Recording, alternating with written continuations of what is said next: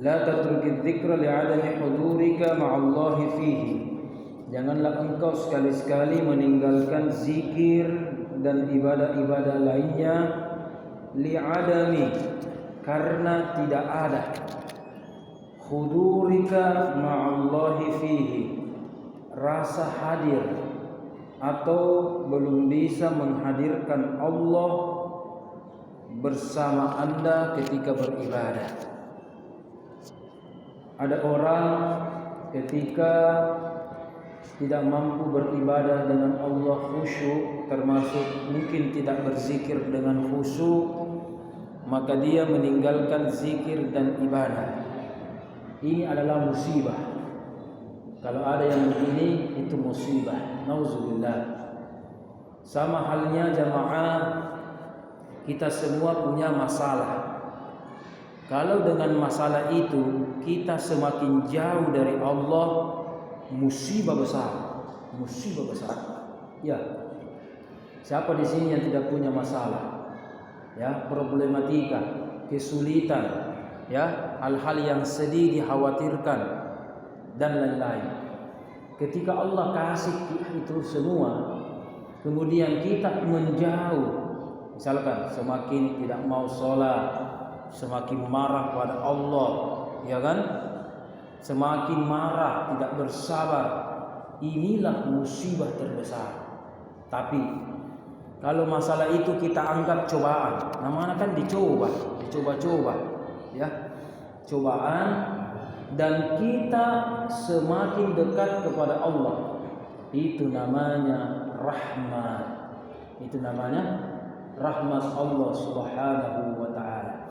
Jadi sebenarnya ketika kita belajar ilmu hikam, ilmu hikmah, pilihan kita cuma dua. Ujian dan cobaan yang Allah berikan ini kita menjauh berarti gagal. Tetapi ketika kita hadapi dengan semakin dekat kepada Allah, ya, anggaplah kita ini murid-murid semua. Kemudian dosen atau guru kita kasih final ujian. Tidak lolos tuh. Ya, remedial, ulangan. Memang itu dosenku, itu memang itu guruku ini, ya kan? Dikasih kempes ban motornya, ban mobilnya misalkan, ya, dan seterusnya. Bagaimana? Ya kan semakin jauh. Ya, tetapi kalau semakin didekati, didoakan, kemudian belajar lagi, itu namanya rahmat bagi kita semua. Jadi memang di dalam ilmu hikmah kita diajari bahwa kita adalah musuh dari apa yang kita tidak ketahui. Ya. Beberapa hari yang lalu, beberapa saat yang lalu, ada yang pernah bertanya kepada tukang atau orang yang suka pelihara ayam. Ketika itu saya hadir karena keluarga ini. Kenapa Anda pelihara ayam bangko, ya? Ya bukan itu dipabitte dikasih apa, ya, apalagi nauzubillah main-main uang. Kenapa suka ini?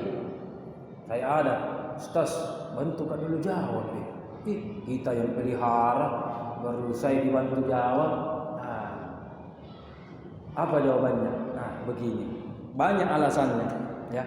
Bahkan kenapa di kampung-kampung itu ada yang pelihara ayam? Bukankah dalam riwayat dikatakan, ya, bahwa ketika ayam itu fungsinya banyak, diantaranya bisa sebagai alarm, ya.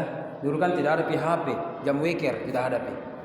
Alarmnya ayam itu dan suaranya nyaring itu banyak fungsinya. Bisa membangunkan kita salat subuh atau salat tahajud, ya. Jarang itu di siang hari, kasih bangun ke salat duhur, jarang itu ada ayam begitu, ya, ayam langkah, ya. Oke. Kenapa biasa subuh atau bahkan tengah malam? Ya itu supaya bangun ki, supaya didengar ki, ya, satu. Yang kedua, ketika ada ayam bangkok misalkan, tingkokoko, ya, itu ada lewat malaikat apa? Malaikat rezeki, atau ada malaikat yang baik lewat di situ, ya. Sebelum kita jawab lebih lanjut, memang beberapa tahun yang lalu saya membaca penelitian dari barat sana bahwa salah satu keajaiban mata dari ayam, ya, tadi aspek spiritual ini ya, tapi ini aspek saintek. Salah satu keajaiban dari mata menurut penelitian tersebut ya, bahwa matanya ayam itu beda dengan mata manusia. Kita mata yang lihat yang kasat mata saja. Matanya ayam memiliki jenis mata yang spesial, bisa mampu melihat yang di kasat mata. Berarti ya kalau kita hubungkan ada malaikat di situ lewat, bagaimana? Ya kan? Oh, memungkinkan kalau begitu. Berarti riwayat ini benar. Ya, tidak ada di bawah musyrik tidak ada bilang begitu, tidak ada jamaah, ya, tidak ada satupun. Kemudian keluarga itu menambahkan, cocok itu. Kenapa? Dulu saya ini, sebelum pekerjaan saya dulu ini, dulu saya kerja saya itu jual mobil. Jual mobil apa? Jual mobil Eropa yang mahal-mahal itu, MM, ya, MM. Bukan mobil-mobil Jepang, bukan mobil-mobil mewah, MM. Dan memang dulu ketika di tengah malam saya mendengarkan itu ayam, ya, saya langsung berdoa, ambil wudu, kemudian apa lagi? Kupain tengi sambayana, sholat kah, ya kan? Sholat mak dan seterusnya. Dan betul, alhamdulillah, saya cepat naik jabatan dan seterusnya. Barakahnya, ya, bukan berarti ayam yang kabulkan doa, tidak. Tetap juga kita sholat berdoa kepada Allah. Ini tanda ya, alarm ya. Bisa Anda percaya, bisa juga tidak. Walhasil faktanya ya betul, ada orang yang demikian ya. Jadi memang di luar sana, saya ingin sedikit meluruskan sebelum kita lanjut tentang Al-Hikam ini. Banyak orang salah kaprah terhadap ilmu hikmah, ilmu spiritual, karena dikatakan sedikit-sedikit musyrik atau menyalahi agama Islam. Ya, beberapa hari yang lalu di pasca sarjana, bahkan ada anak S2 itu mengatakan ya bahwa kalau ada sesuatu, misalkan apakah cincin, apakah besi-besi, kita tahu bahwa itu ada isinya ya. Isinya itu misalkan hal-hal gaib, itu pasti musyrik. Ketika diskusi itu saya langsung mendengar, stop dulu kita diskusi. Apa yang Anda katakan tadi? Pasti musyrik. Oke, tunggu. Yang pasti musyrik adalah kalau kita meyakini kekuatan ini sama atau bahkan melebihi kekuatan Allah. Ya, itu musyrik. Tapi kalau ada isinya, misalkan ada benda-benda tertentu, ya, ada isinya. Apakah isinya positif, negatif, Allahu a'lam, ya. Kita hanya sekedar tahu ini sesuatu ada isinya. Apakah gara-gara mengetahui bahwa ini ada isinya musyrik? Ini botol ada isinya, musyrik. Kantongku ada isinya, kunci, musyrik. Begitu. Ada hal-hal tertentu, ada isi-isinya gaib, ya kan? Kemudian itu katakan musyrik. Tunggu dulu. Bukankah salah satu rukun iman kita di dalam Al-Quran yu'minuna bil ghaibi, dalam Al-Baqarah yu'minuna bil ghaibi, percaya terhadap gaib. Kalau kita sekedar tahu bahwa ada itu begini, ada kapan pangisenganna ini, ada kapan boninna ini, ada kapan pakkamina ini, sekedar tahu, misalkan sekedar tahu, ya kan? Apakah kalau sekedar tahu bahwa kalau gitu musyrik? Ya, yang musyrik kalau ditahu kemudian diyakini bahwa lebih hebat ini benda aku daripada Allah. Kalau begitu saya luruskan Ustaz. Iya, luruskan itu. Bahaya. Mentang-mentang kalau kita tahu ini ada isinya, kalau begitu musyrik maki. Tidak ya? Tidak. Jadi kita hati-hati dalam menilai, menyikapi sesuatu. Karena apa? Terkadang kita itu tidak tahu, kemudian langsung gampang sekali mengatakan hal ini tidak benar dan seterusnya. Oke, kita lanjut. Kata hikmah ini adalah kata hikmah spesial. Ya, saya memang kasih tanda ini di halaman ini 100 lebih ini saya kasih tanda. Ini beberapa hikmah atau beberapa baris ini sangat spesial dari aspek kehidupan saya. Biasanya Al-Hikam itu ya saya pelajari dari satu guru biasanya ya. Apakah dari Guru Tak Baharuddin, Guru Tak Mustafa Nuri di rumahnya langsung, atau Guru Tak Mustamin ya. Khusus kata hikmah ini, dan mungkin ada juga beberapa di sini masih ada yang saya tandai. Ini kata hikmah, tiga-tiganya saya langsung hadapkan di tiga guru ini ya. Di Guru Tak Mustafa Nuri di hari Sabtu pagi saya ingat sekali. Kemudian di Guru Tak Mustamin hari Sabtu juga itu, di hari Sabtu juga itu siang. Dan di Guru Tak Baharuddin malam Rabu. Saya ingat harinya ini, saya tandai ini. Ini berkaitan tentang apa jamaah? Ini yang kita sampaikan sekarang. Jangan sekali-sekali meninggalkan ibadah zikir dan ibadah lainnya gara-gara kita belum mampu khusyuk di hadapan Allah. Ahmad Zarruq menambahkan, uzkurhu fi halil huduri wa fi halil ghaflah. Ingatlah Allah, beribadahlah kepada Allah baik khusyuk maupun tidak khusyuk. Baik khusyuk maupun tidak khusyuk. Ini adalah dalil yang menunjukkan bahwa larangan manusia meninggalkan ibadah gara-gara tidak khusyuk. Gara-gara apa? Tidak khusyuk mengingat Allah. Tidak khusyuk menghafal, tidak khusyuk mengaji, sembarang kupikir. Kalau begitu tidak boleh ya. Yang boleh adalah kita bisa pending beberapa menit, beberapa saat, kemudian kita lakukan ibadah. Ya, kita lakukan ibadah. Misalkan ini, tadi apa misalkan? Kita mau sholat maghrib. Tapi lapar sekali Kak. Misalkan lapar sekali Kak. Pengajian lagi nih. Berarti di bulan di masjid Isya kalau lapar sekali memang misalkan. Ya minimal kita ada cakma-cakma lagi sedikit itu kan. Cakma-cakma sedikit apa. Ya biar dulu. Harusnya kita datang sebelum azan misalkan. Ya mungkin kita terlambat setengah menit, 1 menit, 2 menit. Ya kan. Atau kasih habis dulu kopi kita. Baru kita beribadah. Ya. Sama bangun tidur. Ada orang bangun tidur langsung berwudu, boleh. Ada juga bangun tidur berdoa dulu. Ya, bahkan kalau ulama-ulama kita itu kalau bangun tidur panjang baca-bacanya, ya kan? Istilahnya bagus dulu Pak Kasiana, Pak Maina, bagi Pak Mai dulu. Tadi tag. Baru bangun beribadah. Bukan berarti meninggalkan. Kalau sekedar menunggu beberapa menit itu boleh. Baru kita sholat ke masjid, ya kan? Biasa orang itu lama orang ke masjid, nambil sarungnya, nambil parfumnya. Kalau Nabi bahkan bersiwak, sikat gigi, ya kan? Narapikan, mana bajunya, sarungnya, diambil semua. Makanya coba lihat kaligrafi kita yang paling atas itu berbunyi, ya. Wa'bud rabbaka hatta ya'tiyakal yaqin. Itu kaligrafi kita yang paling atas itu. Sembahlah Allah, ya, Tuhanmu hatta sampai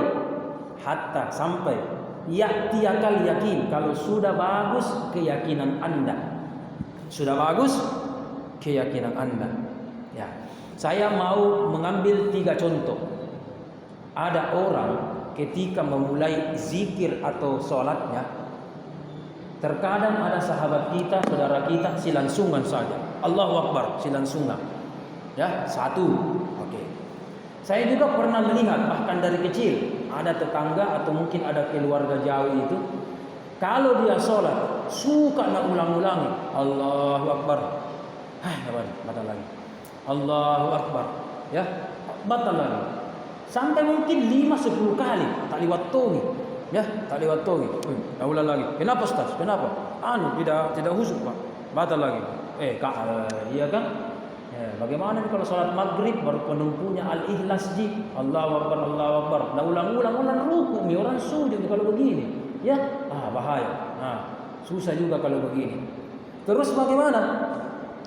Saran saya, Jangan ikuti yang pertama, tetapi jangan juga yang kedua. Apa tadi? Yang pertama tadi apa? Terlalu cepat. Allahu Akbar, ya. Boleh saja. Tapi kalau pribadi kami, bukan ini yang kita lakukan. Ada juga terlalu lama, sampai diulang-ulang tadi. Yang kedua, ini ayat kita pakai. Ini nih ayat kita, ini nih dalil kita. Kita beribadah kepada Allah hatta ya'tiyakal yakin, sampai yakin kita. Ya, keyakinan kita, apalagi semangat kita, tapak kita, iman kita. Bismillah, baik pakasyaku, Allahu Akbar.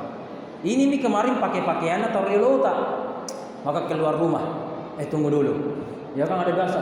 Tidak enak perasaanku. Tunggu dulu. Ya kan? Duduk dulu. Atau kalau dulu kopiku, misalkan. Kalau ada yang pakai luru, wabisu dulu rokokku setengah batang, tak kale. Ya kan? Begitu kan? Bekang dulu anuku. Biasa begitu dulu. Ya, baru bismillah. Bismillah. Kenapa? Kalau kita sholat terburu-buru dapat pasal, ada pasalnya. Apa pasalnya? Nabi memberikan contoh. Idza aqamatis shalah, kalau sholat sudah diqomat, fala ta'tu, janganlah engkau datangi tempat sholatmu dalam keadaan terburu-buru. Terburu-buru. Takbir lima, kita bertemu cepat. Koman cepat lari. Ya kan? Kalau begini, mohon maaf, kita tergesa-gesa. Ingat apa itu perbuatan tergesa-gesa? Sifatnya apa? Ya? Oke. Kita lanjut. Kalau begitu, kita harus perbaiki niat dan awal starting point kita.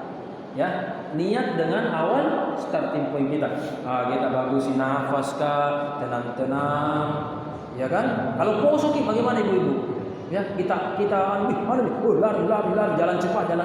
Saiki, jalan cepat. Ngosa-ngosa. Allahu Akbar. Ya kan? Ya, ini jantung bagaimana? Ya itu.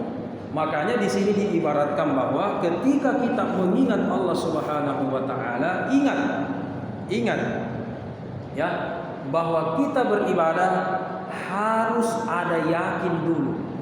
Ya, Ali bin Abi Thalib berkata, disampaikan di sini, aku mengingat Tuhanku ya ketika aku sholat, dan saya tidak akan sholat kalau belum mengingat dan merasakan Tuhanku. Luar biasa ini.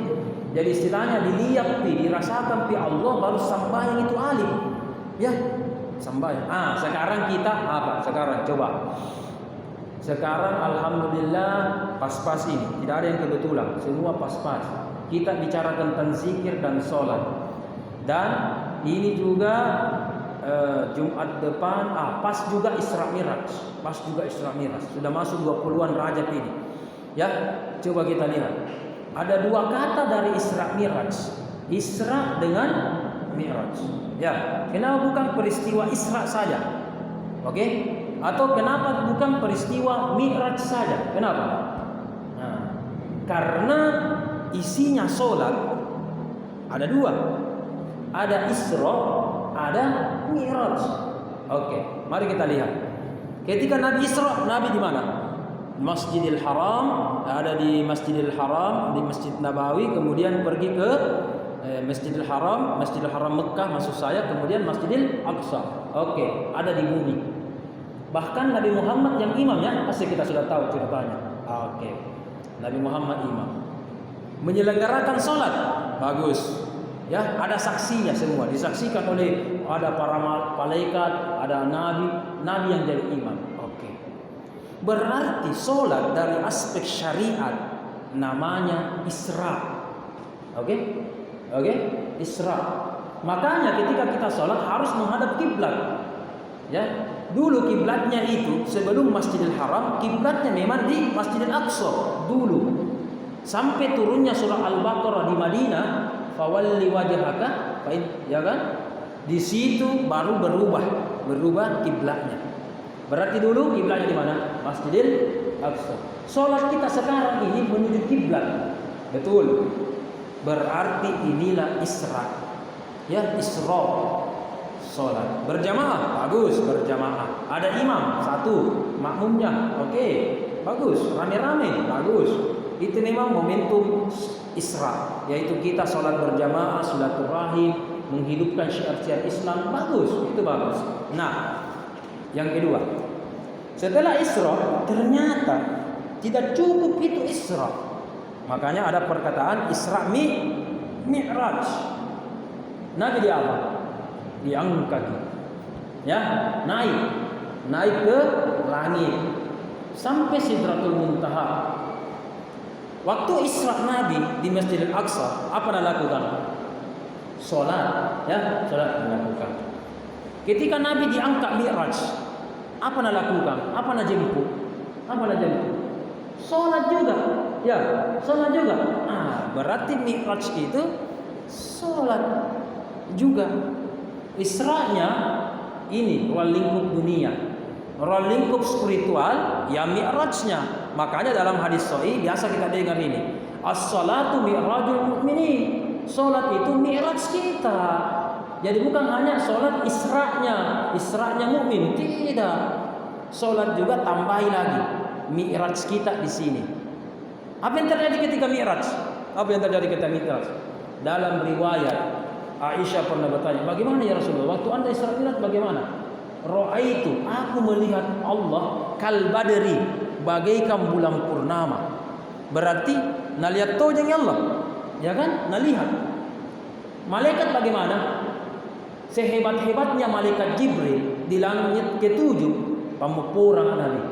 Di sini saya batasku, langit ke-7 Selama ini didengar ucapan Allah, firman Allah, kalam Allah didengar Tapi kita tidak berani naik ke Sidratul Muntaha. Ini malaikat tidak ada mampu. Saya lagi bosna malaikat Jibril tidak mampu kah? Apalagi malaikat yang kecil yang lain tidak mampu. Kita ya Rasulullah. Kita yang pertama naik ini. Nah, apa nak jemput? Salat. Ya, kalau begitu isinya salat. Selain salat Isra yang syariat ini, ada apa? Ingatan berjumpaan bersama apa? Bersama Allah Subhanahu wa taala. Ya, tidak percaya? Nabi pernah ditanya oleh Jibril yang menyerupai manusia. Ya, di sebuah hadis riwayat Bukhari Muslim ada di hadis 40, hadis yang kedua di 40. Apa bunyinya? Malaikat Jibril menyamar dengan sebagai pria yang putih-putih, baju putih-putih. Ya. Jadi bapak-bapak, ibu-ibu, kalau mimpi kelihatan putih-putih, belum tentu itu tidak baik. Kenapa? Riwayat menjelaskan bahwa biasanya yang baik-baik, yang putih-putih datang. Ya. Oke? Ya, tapi jangan juga langsung patok tapi biasanya yang putih-putih baru harum-harum. Nah, Jibril menyampaikan, ya kenapa Nabi didatangi pakaian yang putih-putih? Jibril menyamar baju putih. Padahal banyak di bagian lain. Ya, ini simbol putih berarti kesucian. Datang Jibril bertanya. Pertanyaan ketiga Jibril, apa? Mahwal ihsan, Nabi. Apa itu ihsan, Nabi? Apa itu ihsan? Nah, ini ilmu ihsan yang kita pelajari. Anta'budallaha ka'annaka tarahu, fa in lam takun tarahu fa innahu yaraka. Wahai pemuda, ihsan itu ketika engkau sembah Allah, engkau menyaksikan Allah, atau seakan-akan menyaksikan Allah, atau merasakan Allah. Kalau tidak mampu, yakinlah kita yang diawasi oleh Allah. Jadi kita tidak mampu melihat Allah, tapi minimal ini tingkatan kedua. Kalau bisa ini lumayan nih. Ya, tapi tingkatan yang paling bagus kita betul-betul merasakan. Di sini bahkan dalam riwayat di sini katakan menyaksikan Allah Subhanahu wa taala. Masya Allah. Di sini banyak pendapat apa yang dimaksud menyaksikan. Apakah melihat dengan kepala atau hanya sekedar merasakan? Itu banyak pendapat ulama. Kita kembali. Kalau begitu jamaah, ya kalau begitu fungsi dari kita menyembah Allah bagaimana Isra-nya jalan, apa tadi? Mi'raj-nya jalan. Nah, kita sekarang belajar apa isinya sholat. Di sini dikatakan zikir adalah sholat, dan sholat pada dasarnya adalah zikir. Bizikrillah, di sini kita katakan bizikrillah. Apa maksudnya sholat adalah zikir? Zikir dengan sholat. Ingat surat Toha ayat 14. Apa bunyinya surat Toha ayat 14? Aqimis sholata lidzikri. Tunaikan, dirikan sholat untuk mengingatku. Ya, berarti ketika kita sholat sebenarnya harus kita apa? Harus kita apa? Zikir.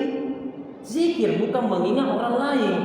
Ya, manusiawi itu kita sholat diingati makna, kita sholat diingati anatta, diingati perdagangan atau apa? Jama-jaman tak. Oke, manusiawi.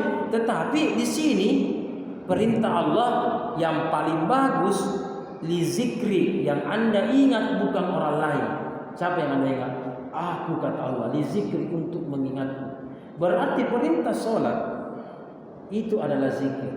Orang yang kuat zikirnya, saya pastikan insya Allah khusyuk sholatnya. Kebalikannya, ada kebalikannya. Yang tidak kuat zikirnya, sholatnya juga belum kuat kekhusyukannya. Mungkin dia sudah menjaga sholatnya bagus, kan akan level-level kita sholat ya. Ada orang tidak sholat, ada orang sholat bolong-bolong, ada juga orang sholat, ada juga sholat baru selalu berjamaah kemudian ada juga sholat sunnah, ya kan level-level kita. Nah, ada juga sudah itu semua plus khusyuk kepada Allah. Nah, ini yang paling bagus, itu yang paling bagus. Nah, sholat ini didapatkan kalau zikirnya bagus, ya. Oke, coba kita lihat mulai dari kita takbir jamaah. Allah lagi disebut. Coba bayangkan, Allahu Akbar. Berarti isinya sholat Allah, zikir kan? Bukan itu kita sebut apakah Jibril, kita sebut Muhammad, tidak, Allah kita ingat. Ya, berarti sebelum kita sholat bahkan kita berniat lillahi ta'ala. Allah lagi disebut sebelum tas sholat, Allah lagi disebut. Oke? Pas kita sholat, ucapan pertama Allah lagi disebut. Isinya iftitah, nama Allah, Al-Fatihah kalam Allah, panumpu kalam Allah, pergantian gerakan Allahu Akbar lagi disebut. Ya, subhana memuji Allah, sampai tahiyat juga kita tunjuk esakan Allah satu. Oke? Kemudian salam, nama Allah lagi disebut. Assalamualaikum, Allah lagi disebut. Warahmatullah, Allah lagi disebut. Masya Allah. Berarti boninna sambayang apa? Zikiri. Isinya sholat adalah zikir. Belum lagi sudah sholat, apa yang kita lakukan sudah sholat? Berzikir lagi. Subhanallah, astagfirullah, la ilaha illallah. Oke, bagus. Bahkan sebelum sholat kita apa? Qad aflaha man tazakka wa dzakara asma rabbih fasalla. Sebelum sholat apa lagi? Kita juga berzikir. Sebelum Allah mengatakan fasalla, Allah mengatakan sebelumnya qad aflaha man tazakka wa dzakara, baru berzikir. Sudah berzikir baru sholat. Berarti kalau ada orang silansungan sholat, Allahu Akbar, mana zikir sebelum sholatnya? Ya, mana zikir sebelum sholatnya? Kalau silansungan, Allahu Akbar. Makanya kenapa sholat sunnah? Ya, sholat sunnah semua ada sebelum sholat. Coba lihat. Jadi bandingkan ini bapak-bapak, ibu-ibu dan saudaraku semua. Sholat sunnah setelah sholat, tidak semua sholat ini 5 ya. Ada sholat sunnah ba'diyah, tidak ya. Ba'diyah maghrib, ba'diyah asar tidak ada. Ba'diyah subuh tidak ada, ya. Selebihnya ada. Tapi kenapa sholat 5 waktu ini 100% semuanya ada qobliyahnya, dan qobliyahnya itu tidak tanggung-tanggung. Bisa 2, ada yang 4, tidak tanggung-tanggung. Ya. Oke? Oke. Itu untuk apa? Itu untuk apa? Kenapa semua sholat diiringi dengan nawafil, dengan qobliyah? Jawabannya adalah kita banyak latihan mengingat berzikir kepada Allah. Ya, latihan sama biasa PSM sebelum main bola, main kecil-kecil dulu, main raga-raga dulu. Ya, main raga-raga, main jadi-jadinya kah? Ya kan? Ya, dribbling apa oper-oper dulu bola. Oke, 5 menit, 15 menit sebelumnya baru bertanding, bertanding. Kita juga pemanasan dulu. Kalau tubuh ini ternyata butuh pemanasan, ya urat-urat ini kalau tidak pemanasan keseleo, ya butuh pemanasan. Nah, ingat kita terdiri atas dua hal, jasmani dengan rohani, zohir dengan batin. Makanya penting juga pemanasan. Salah satu pemanasan yang paling utama adalah apa? Berzikir dan sholat sunat sebelum sholat fardu. Itu salah satu pemanasan yang paling pertama. Ya, oke. Mau lagi pemanasan yang berikutnya? Oke, saya berikan lagi dalilnya. Allah berfirman di akhir juz 21 ya, ayat 20. Allah berfirman, "Utlu ma uhiya ilaika minal kitabi wa aqimis shalah." Ada lagi perintah salat ya. Wa aqimis shalah, dan dirikanlah salat. Tetapi ada orang langsung dirikan salat tapi tidak dibaca. Tadi ada awal ayat. Apa tadi awal ayat? Utlu ma uhiya ilaika. Ternyata sebelum Allah perintahkan kita salat, Allah berfirman, "Utlu ma uhiya ilaika." Bacalah Al-Qur'an dulu, baru tunaikan dirikan salat. Berarti perintah salat urutannya kedua. Perintah salat urutannya kedua. Sebelum Allah perintahkan salat, urutan pertama Allah perintahkan tadi apa? Membaca Al-Qur'an. Membaca Al-Qur'an adalah bagian dari zikir yang terbaik. Bagian dari zikir yang terbaik. Zikir. Jadi salah satu cara kita berzikir kepada Allah adalah membaca. Makanya tidak salah ini masjid kalau sebelum azan mengaji dulu masjid kan? Ya, mengaji, membacakan ayat-ayat. Karena di luar sana itu mohon maaf, ada di luar sana masjid tidak mau nak kasih bunyi masjidnya. Ya, termasuk tadi tempat saya sholat duhur, baru saya ternyata di daerah sana jam berapa nih? Tidak ada bunyi-bunyi ini. Oh, ternyata memang. Ya. Ternyata memang. Nanti bunyi ketika protokol maju. Ya, azan maju. Dia tidak ada bunyi-bunyinya, salawat, mengaji tidak ada. Oke, tidak apa-apa. Kita tidak boleh saling menyalahkan. Kita saribatam, kita bersaudara dalam agama Islam. Tetapi di satu sisi tidak salah juga kalau kita ada bunyi-bunyinya mengaji. Kan bukan bunyi-bunyi lagu-lagu dangdut, lagu pop, tidak ada gitu masjid begitu, tidak ada. Kan mengaji gitu. Nah, apa dalilnya? Ini dalilnya. Kalau ada yang mengatakan bid'ah atau apa, ini dalilnya. Utlu ma uhiya ilaika, mengaji dulu. Wa aqimis shalah. Apa tandanya kita mendirikan salat? Diawali dengan azan. Berarti kalau begitu sebelum azan mengaji. Makanya tidak salah kalau di masjid kita ini sebelum azan mengaji. Sudah mengajikan kepada Allah. Kalau begitu tidak lengkap, itu tidak sempurna Allah dengan Nabi Muhammad. Makanya ada ada salawat tarhim. Salawat tarhim bukan salawat yang lain dipakai. Salawat tarhim. Kalau kita lihat di salawat tarhimnya itu berkaitan tentang peristiwa Isra Mi'raj. Jadi memang salawat yang mengingatkan kita tentang salat. Maka identiklah salawat tarhim, assalatu wassalamu alaihi ya man asra Isra Mi'raj itu dah bahas. Ya man asra Isra Mi'raj. Inilah salawat yang mengingatkan kita salat. Berarti kalau salawat ini nih, ingatlah salat. Dan seterusnya. Barulah azan. Ya. Kita lanjut. Sebelum kita melanjutkan paragraf berikutnya, adakah bapak-bapak, ibu-ibu yang ingin bertanya? Oh ya, alhamdulillah, terima kasih banyak. Kita dengarkan pertanyaannya. Yang kedua dulu, yang terakhir dulu. Kan Isra Mi'raj itu Nabi sholat, Mi'raj baru Nabi terima sholat. Katanya siapa bapak kita Pak Halik, bahwa kalau begitu Isra Mi'raj waktu Isra ke Nabi di Masjidil Aqsa Sembahyang apa itu? Nah, ya.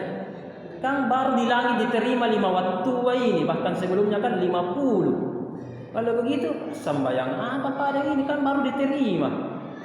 Ya, baru diterima. Jawabannya adalah sebelum Nabi Muhammad menerima sholat 5 waktu, ya, Nabi Muhammad itu selalu mempraktikkan sholat dari agama atau millahnya kakek moyangnya. Dalam Al-Quran biasa diabadikan millata Ibrahim Hanifa, millah agamanya Nabi Ibrahim. Nabi Ibrahim itu sambayannya dulu sebelum ada 5 ini bukratan wa asila, 2 kali saja, ya, pagi dan petang sembayannya Nabi Muhammad. Jadi sebelum peristiwa Isra Mi'raj, ternyata Nabi sudah diajarkan dan sudah umat-umat sebelumnya mengetahui itu sholat. Tapi sholatnya apa? Sholatnya baru 2 rakaat. 2 waktu. Kalau tidak salah ada itu penjelasannya jamaah. Sholat subuh itu sholatnya Nabi ini. Sholat duhur sholatnya ini di waktu siang. Di waktu sore ada sholatnya Nabi ini. Maghrib sholatnya Nabi ini. Isya sholatnya Nabi ini. Nabi Muhammad nak kumpul. All in one. Dan kalau Ibrahim sholatnya 2. Bukratan wa asila. Jadi pagi dengan siang. Pagi dengan sore. Makanya sholat apa Nabi Muhammad ini? Sholat sunnah namanya. Sholat sunnah. Karena peristiwa Isra Mi'raj terjadi di malam hari atau di tengah malam, sepertiga malam. Ya. Apa itu sepertiga malam? Tidak ada kan sholat wajib sepertiga malam. Kalau sholat Ibrahim kan apa tadi? Pagi dengan sore, pagi dan petang. Kalau tengah malam tidak ada, berarti sholat sunnah. Kalau begitu, kalau kita ibaratkan sekarang semacam sholat lail atau sholat tahajud lah kalau begitu ya, semacam. Walaupun istilahnya mungkin belum ada kan, begitu. Jadi sholat apa? Jawabannya sholat sunnati, sholat sunnah. Oke. Makanya sholat sunnah itu sebenarnya ada 3 macam. Ada sholat sunnah diakibatkan sebab. Apa itu sebabnya? Karena kita masuk masjid, sebabnya masuk masjid, maka kita sholat sunnah. Ada juga sholat sunnah waktu. Ada sholat sunnah waktu. Yang berapa? Jam 8 pagi sudah bisa sholat duhur, sholat duha. 7:30 sudah bisa sholat duha. Ya kan? Waktu. Jam 2 tengah malam sudah bisa sholat lain, sholat tahajud. Itu kan karena waktu. Ya, ada karena tempat, ada karena waktu. Tapi ini yang paling pertama. Kaidah pertama dari sholat sunnah, ingat, ada juga sholat sunnah tidak terikat waktu, tidak terikat tempat. Sholat sunnah saja. Betul, secara umum tadi dikatakan tidak dianjurkan sholat sunnah setelah apa? Setelah asar atau setelah subuh. Ya, tidak dianjurkan. Oke. Di antara jamaah yang pernah umrah, pernah haji, ya, kita biasa sekarang kan sudah ada nih tasrik. Agak susah orang kalau pergi di raudah apa. Ada jadwal sekarang. Dulu, ya, awal-awal kita 2000-an Anda naik haji, kita semua naik haji atau umrah, ya. Kalau sudah sholat subuh atau bahkan sebelum sholat subuh, ya kan, kita biasa berlomba-lomba. Kita sholat di mana? Di raudah. Motongki kalau sholat di raudah, di karpet hijau, ya kan? Motongki sholat. Nah, paski ada di raudah, tapi 5:30, belum pi masuk tas isyraq, belum pi masuk duha, baru sudah sholat subuh. Tapi ada di tempat itu, 2 pendapat. Kalau askar biasa, nama raiki, jangan, haram, jangan sholat sunnah, subuh. Ya, belum duha, belum. Makanya ada di antara mereka duduk. Tapi tidak salah juga kalau dia mau sholat sunnah. Ya, kapan lagi kodong di sini umroh haji. Ya, ini raudah tempat spesial ini, tempat spesial. Makanya tiga kaidahnya salat sunnah, terikat oleh sebab atau tempat, terikat oleh apa tadi? Waktu. Ada juga salat sunnah tidak terikat dengan apapun, bebas. Ya, walaupun secara tidak dianjurkan misalkan salat sunnah secara asar, tetapi kalau misalkan ada Pak Gio di situ, ada sesuatu, atau kenapa mau pas salat misalkan, ya, tidak mengatakan haram juga. Ulama mengatakan maksimal makruh. Makruh berarti kalau tidak ada kepentingan tak usah. Tapi kalau misalkan secara umum kita mau sholat, ya tidak haram juga. Bilang batal apa, termasuk itu. Sholat sunnah apa namanya? Tengah malam, ya sholat malam, ya sholat lain namanya. Oke. Jadi gerakannya dulu sama bapak-bapak ibu-ibu. Waktu sebelum ada peristiwa Isra Miraj ini, ya, yang 5 waktu. Oke. Kemudian yang kedua. Pertanyaan tadi dari Bapak, kalau kita sholat, apanya Allah diingat? Apakah alif lam lam ha? Apakah alif lam lam ha? Jawabannya, jangan sekali-sekali mengingat atau membayangkan Allah itu alif lam lam ha. Ya, jangan. Berarti kalau begitu bukan Allah disembah, tulisan Allah jadi disembah. Ya, tulisan Arab disembah. Kalau begitu yang disembah huruf jadi disembah, bukan karena Allah Taala, bukan Tuhan disembah. Ya, coba yang membuat huruf itu siapa? Kita tahu, menulis pakai Allah. Ya, berarti kita menyembah buatan kita dong. Kalau begitu tulisan dawat dari apa? Cet dari apa? Terbuat dari manusia. Kalau begitu ini tulisan. Kalau begitu ku hapus ki, berarti ku hapus ki Allah. Iya, begitu. Ya kan? Oke. Bagaimana yang paling bisa kita mengingat dengan berbagai cara. Mengingatnya Allah bisa dengan kekuasaannya. Kita ingat kekuasaan Allah. Di satu sisi Allah berfirman dalam hadis qudsi, jangan ingat zat saya tidak mampu ki, tapi ingatlah kebesaran makhlukku, bagaimana ciptaanku. Ya, bagaimana ciptaanku. Ada anak baik sekali. Baiknya ini anak. Pak Imam, hafal Al-Quran ini, apa begini, ya kan? Bagusnya. Bagaimana nih orang tuanya apa ini, bahagianya lebih hebat lagi kapan orang tuanya ini apa, begitu kan? Nah, kalau kita kagumi dunia ini, harusnya kita lebih kagum pencipta dunia, ya kan? Kita kagumi pencipta, kita kagumi listrik, coba lihat listrik, ya. Tapi lebih hebat lagi pencipta listrik, Thomas Edison. Tetapi lebih hebat lagi yang ciptakan Thomas Edison, yaitu siapa? Allah, lebih hebat lagi berarti, begitu kan?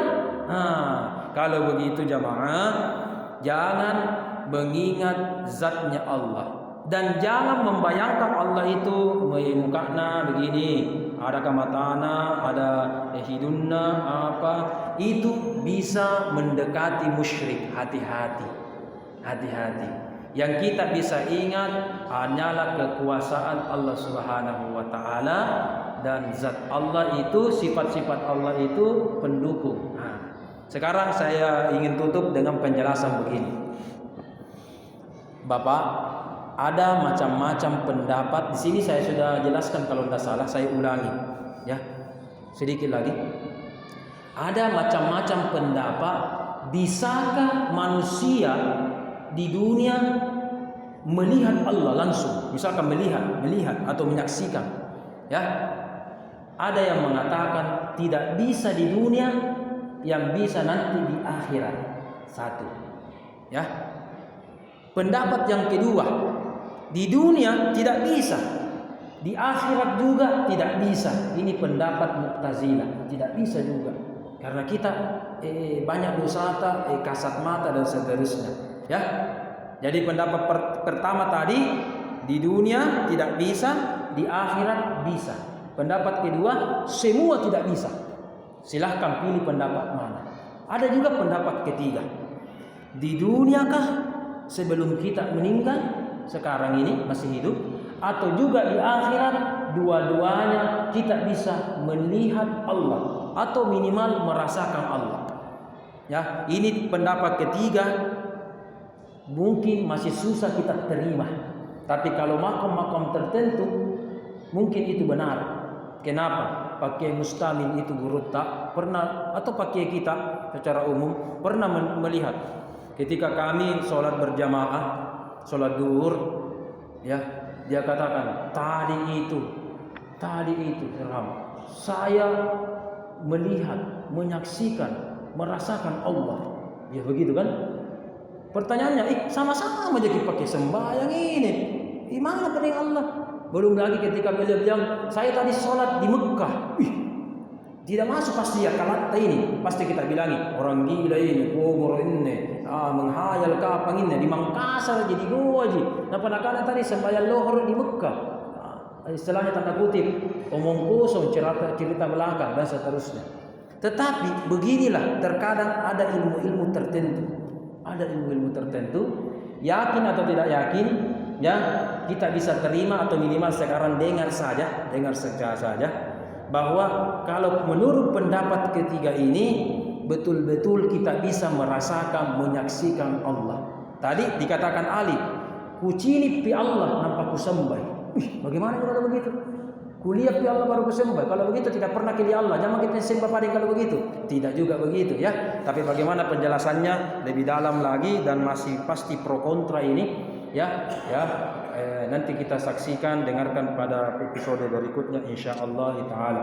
Demikian pertemuan kita hari ini. Kita berdoa kepada Allah Subhanahu wa taala, semoga ilmu ini bisa kita pahami, amalkan. Kalaupun kita belum kita terima, minimal didengar saja dulu ya. Siapa tahu besok-besok kita semua mendapatkan petunjuk, saya mendapatkan petunjuk, jamaah juga mendapatkan petunjuk dari Allah Subhanahu wa taala. Rabbana la tuzigh qulubana ba'da idh hadaytana wa hab lana min ladunka rahmah innaka antal wahhab wa sallallahu ala sayyidina Muhammad walhamdulillahi rabbil alamin. Al-Fatihah.